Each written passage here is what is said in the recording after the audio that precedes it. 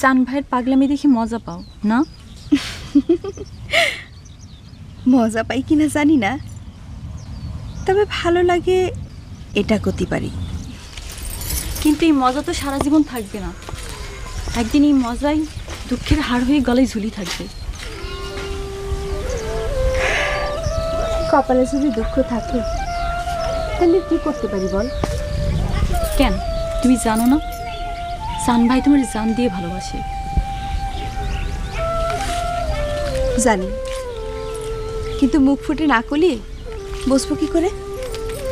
ভালোবাসা বুকের জিনিস, বুকের মধ্যেই চাপি রাখতে হয়, তারই মুখে আনতে নেই।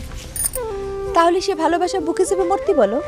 তুমি তোমার বাপরে চেনো, যে আমারে মুখ ফুটে ভালোবাসার কথা কতি পারে না, সে আমার বাপরে কি কবি?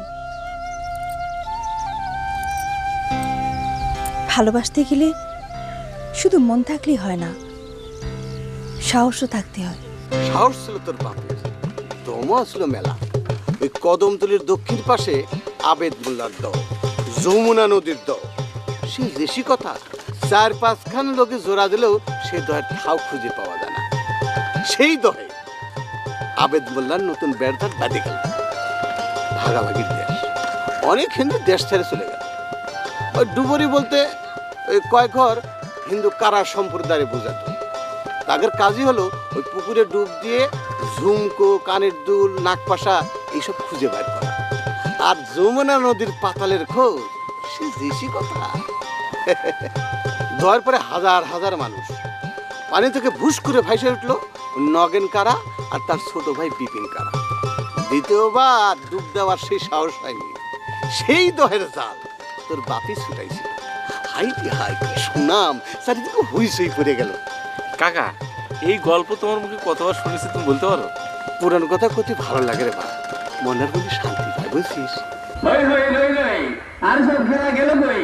আসুন, জলদি আসুন, উপভোগ করুন আমাদের ঐতিহ্যবাহী ডুবুরি প্রতিযোগিতা।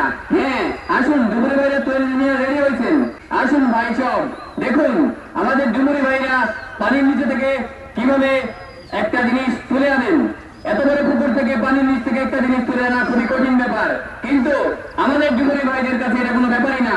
তারা সবাই সাদরে আসছেন, আপনারা সবাই চলে আসুন, যে যেখানে থাকবেন আর বিলম্ব করবেন না, বিলম্ব করবেন তো হারাবেন। দুঃখ একটাই, ভালো ওস্তাদ পেয়েও ভালো শিষ্য হতে পারলাম না। তোর বাপ পানিতে নামার আগে কি যেন একটা মন্ত্র পড়তো, কি মন্ত্র পড়তো সেটা আজও জানতে পারিনি। তবে হ্যাঁ, নবী খোয়াজ খিজিরের নাম কয়েকবার কানে আসছে।